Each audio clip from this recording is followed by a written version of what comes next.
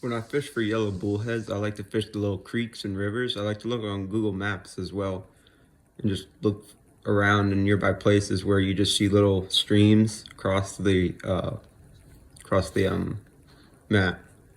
And you usually have to hike a little bit to those places to find good spots. But yellow bullheads, as well as other little catfish and sometimes bigger catfish, will hang out there in the flowing water. You can find almost every other catfish in a lake or someplace, but yellow bullheads are specifically, they just love rivers. I've never really caught one in open water. They like the natural flowing current of the water. It has the churning water has lots of oxygen, and that's where they would like to hang out. If you see rapids, that's where it's oxygenated water, and they're going to be like right under there congregating. And the one thing, if you're fishing for big catfish or medium-sized catfish, don't fit and all you're catching is a little yellow bullheads, move spots, because that's all you're going to catch. Big catfish don't tend to hang out with the little guys. And the rig we use to catch catfish, because they're on the bottom, you don't need a bobber or anything to make it stay up. Just need weight. And I like to use something to stop it with, so I smashed a split shot weight to keep the egg weight from moving, but the egg weight adds a little more weight.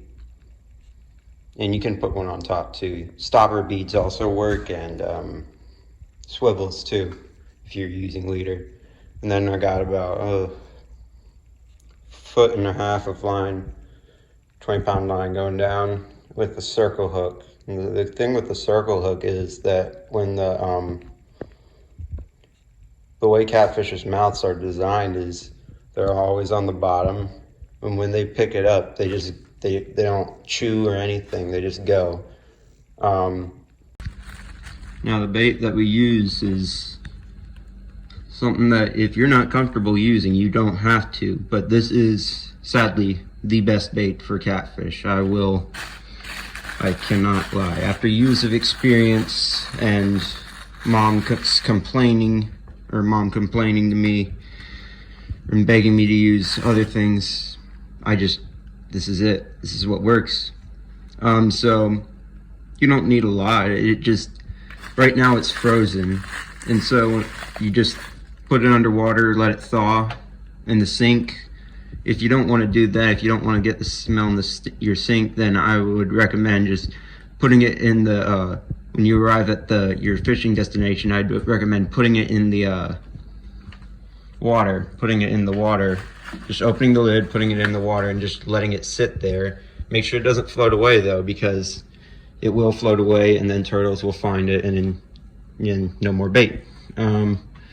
But if you just let it vent, in about 15-20 minutes, you'll have it'll be all gooey and ready to go. Then you just put a bit on the hook. Doesn't matter actually how much you put on. I like to use a little more than I should, because it tends to fly off really easily. And what you want to do is put a nice kind of ball on there. Make sure it's nice and you have the meat wrapped around in a couple of times.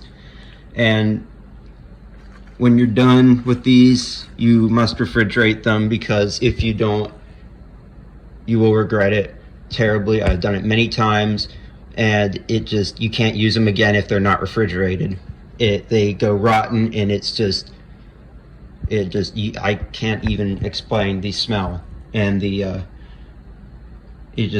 wouldn't work. It wouldn't work. But chicken livers are essentially my favorite bait to catch little catfish, especially bullhead. And yeah, so go to the store and you can find them in the frozen meats and stuff. And yeah, so